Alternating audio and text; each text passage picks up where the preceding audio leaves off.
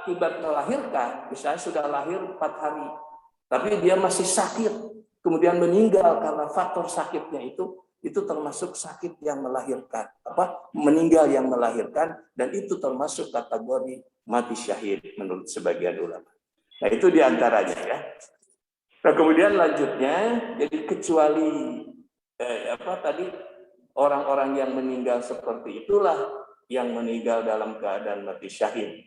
Nah, bagaimana hubungannya nanti dengan tugas dan hak serta kewajiban seorang muslim yang masih hidup?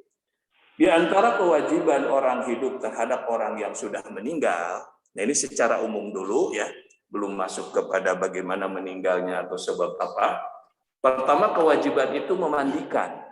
Nah, orang yang masih hidup, apabila ada saudara yang sudah meninggal, yang meninggal di satu tempat, maka kewajiban yang hidup itu memandikan.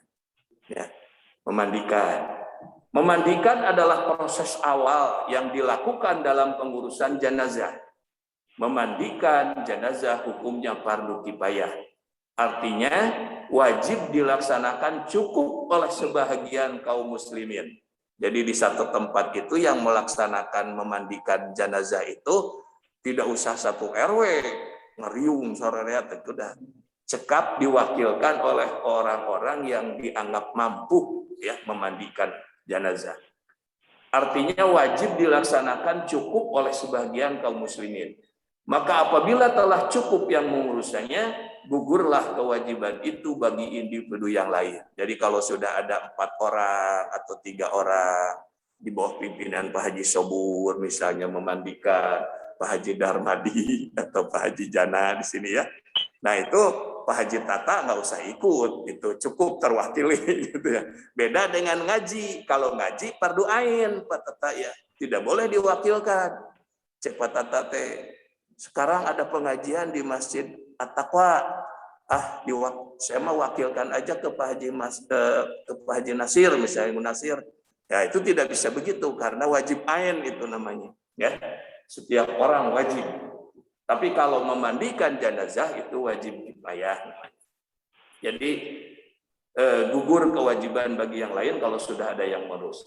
Namun demikian, bagi muslim yang melakukan fardu kifayah ini tentu saja mendapat keutamaan berupa dibebaskannya dari dosa-dosa sebagaimana waktu dia dilahirkan. Tuh, jadi ngamanikeun jenazah itu luar biasa ya. Menurut Nabi, pahalanya itu luar biasa. Dia akan bersih dari dosa-dosa. Maka kudu berusaha semuanya ini.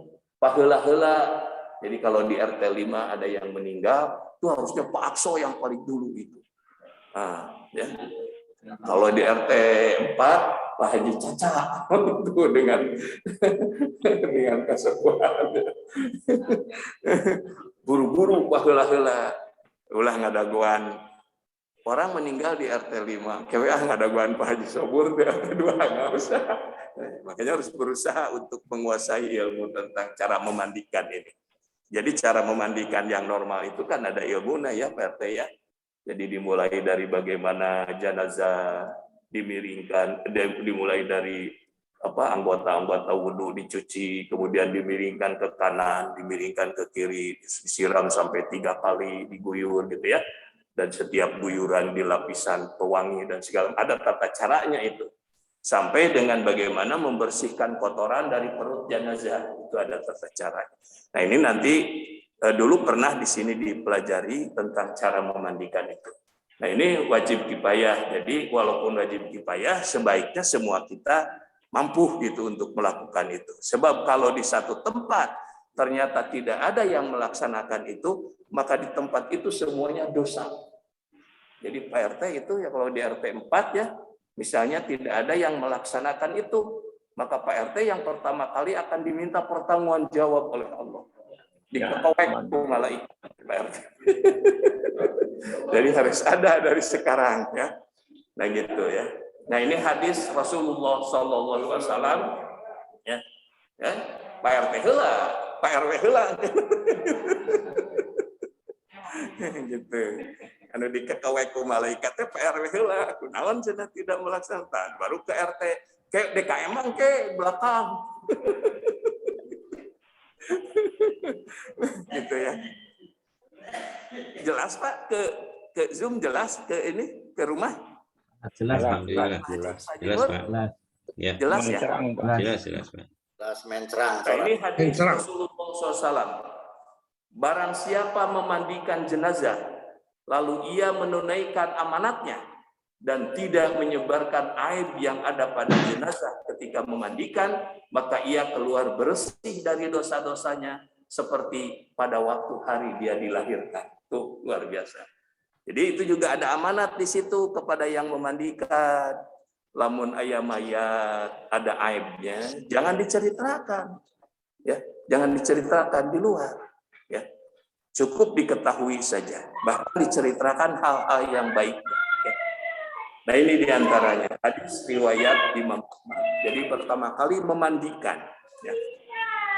Kemudian yang kedua, kewajiban kedua setelah dimandikan dengan tata cara seperti yang diceritakan di dalam pedoman memandikan mayat, ya, adalah mengkapani. Jadi setelah selesai memandikan, kewajiban kedua atas jenazah yaitu mengkapani atau membungkus tubuh jenazah dengan cara yang disyariatkan. Ya. Adab mengkapani harus memperhatikan kebersihan, kerapihan, kesederhanaan, serta berlaku santun dan tidak menyakiti. Kain kapan yang digunakan sebaiknya berwarna putih dari kain yang baik, ya, tidak terlalu istimewa, ya. Jadi kain kapan biasa saja. Jadi tidak usah pakai nilai kain kapan yang harganya puluhan juta, nggak ada pengaruhnya itu ya. Yang penting bahwa itu termasuk yang dikategorikan baiklah itu warna putih dan tidak terlalu buruk gitu. Nah, ini hadis Rasulullah menyebutkan seperti itu. Telah bersabda Rasulullah, pakailah pakaian kalian yang berwarna putih, karena itu merupakan sebaik-baik pakaian kalian, dan kapanilah jenazah dengan kain itu. Makanya dianjurkan atau disyariatkan supaya kain kapan itu kain yang putih. Kain yang putih. Nah, ini tugas yang kedua, bagaimana cara mengkapankan mayat, itu juga pernah dilatihkan di sini. Dan kalau nanti masih perlu ditambah, mungkin jadi program DKM untuk yang akan datang membuat program itu. Ya. Kemudian yang ketiga, menyolatkan. Nah, setelah dikafani, disolatkan. Nah, orang yang hidup itu wajib kifayah mensolatkan jenazah. Ya. Jadi setelah dikafani, jenazah selanjutnya disolatkan. Menyolatkan jenazah dilakukan tanpa ruku sujud seperti yang sering kita laksanakan. 4 kali takbir ditutup dengan salam. Ya. Ketika melakukan sholat jenazah, hendaknya dilakukan dengan niat ikhlas, tidak menyekutukan Allah, dan dilakukan sesuai dengan tuntunan Rasulullah Sallallahu Alaihi Wasallam. Makanya imam itu yang akan memimpin sholat jenazah selalu mengingatkan, mari kita sholatkan jenazah ini dengan ikhlas karena Allah Subhanahu Wa Taala. Jadi bukan karena merasa tidak enak oleh, oh itu teman itu kan meninggal, nggak enak deh. Hilangkan itu, semua ikhlas karena Allah. Karena mungkin kondisi kita kan sedang berbeda-beda ya. Pada saat teman kita atau saudara kita atau tetangga kita meninggal, mungkin kita sedang punya kesibukan dan sebagainya. Kayaknya wajib kifayah, tapi harus ada yang menyolatkan, walaupun hanya 1 orang di tempat itu. Ya. Itu diantaranya. Nah ini, dan luar biasa itu kan, makna mensolatkan jenazah itu dari orang yang hidup.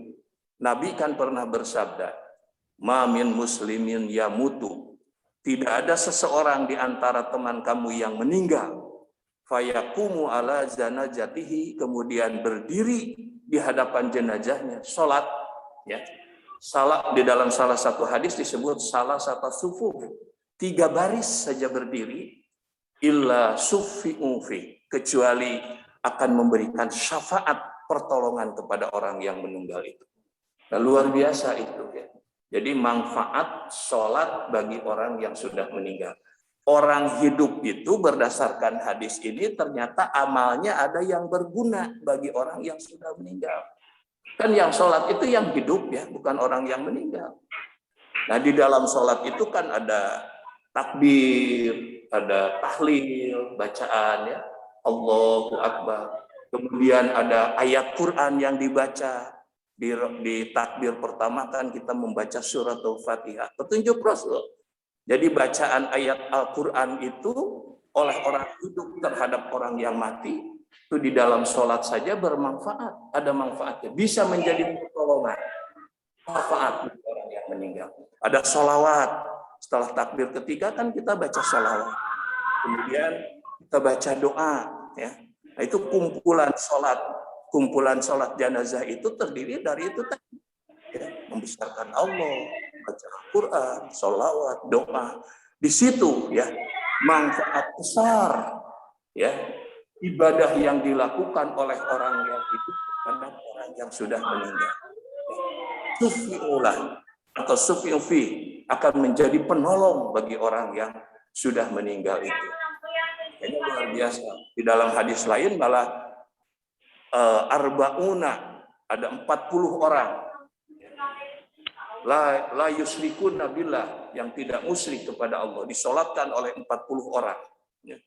Makanya kalau ada 30 orang misalnya atau 20 orang, dibikin barisan menjadi 3 ya, safnya itu. Jadi bukan ke samping tapi ke belakang. Jadi kalau 30 orang menyolatkan 10 itu supaya jadi 3 sufuf, 3 saf, ya, 3 saf. Nah itu diantaranya. Nah ini berdasarkan hadis Rasulullah SAW mensolatkan itu, aku mendengar Rasulullah SAW bersabda, jika kalian mensalati mayat, maka ikhlaskanlah dan berdoakanlah untuknya.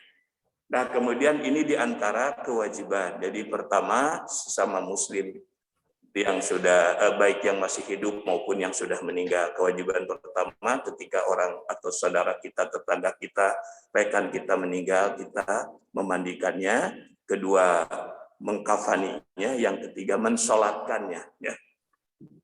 Nah permasalahan timbul, nah sekarang masuk kepada coronanya ini. Permasalahan timbul ketika seorang meninggal dunia karena wabah taun, nah, tadi ya, seperti COVID-19. Karena memandikan dan mentayamumkannya akan memiliki risiko kesehatan atau penularan, maka berlakulah hukum ad-darurah asy-syar'iyyah, darurat syar'i di sini ya, darurat syar'i. Maka menurut sebagian ulama, proses memandikannya tidak harus dilepas bajunya seperti yang meninggal karena normal biasa tadi ya, memandikannya kan dibuka bajunya, dikuyur, tapi cukup dikucurkan dan tidak mungkin cukup dikucurkan saja, dan tidak mungkin, apabila tidak mungkin maka langsung dikapankan. Jadi dalam darurah syariah ini juga ada petunjuk dari Majelis Ulama dan dari Departemen Agama. Jadi kalau menurut ahli kesehatan ini berbahaya karena takut ada penularan kepada yang meninggal, makanya sekarang yang meninggal karena COVID itu kan ditangani khusus ya oleh petugas-petugas di rumah sakit yang sudah dilatih untuk itu. Jadi cara memandikannya, jadi walaupun pakai baju, guyur saja begitu ya, diguyur saja. Atau kalau tidak mungkin, langsung dikafani, dibungkus. Malah menurut ulama mengkafankannya juga cukup dengan tidak usah seperti kain putih tadi. Malah cukup bisa pakai plastik yang tidak tembus air. Langsung dimasukkan ke dalam peti. Inilah menurut sebahagian para ulama tentang cara memandikan apabila seseorang itu terkena wabah taun dan meninggal dunia. Ya. Makanya sekarang kan malah ada aturan tersendiri ya, ada bahwa orang yang sudah meninggal karena faktor itu tidak dibawa pulang ke rumah, tapi pulasara di rumah sakit ya, di rumah sakit oleh tenaga khusus dan langsung dikuburkan di tempat tertentu. Itu faktor-faktor kesehatan yang bisa menjadi pertimbangan ya. Itu disebut darurah syar'iyyah namanya ya. Menurut ulama lain, ini berikutnya ini. Mana tadi? Nah, proses memandikan tidak harus dilepas bajunya, tidak cukup juga tidak mungkin langsung kapankan. Jadi kenapa? Karena itu termasuk syahid tadi, ya. Syahid. Jadi yang namanya mati syahid Menurut sebagian ulama malah tidak usah dimandikan, tidak usah dikapankan, langsung saja dikubur. Nabi pernah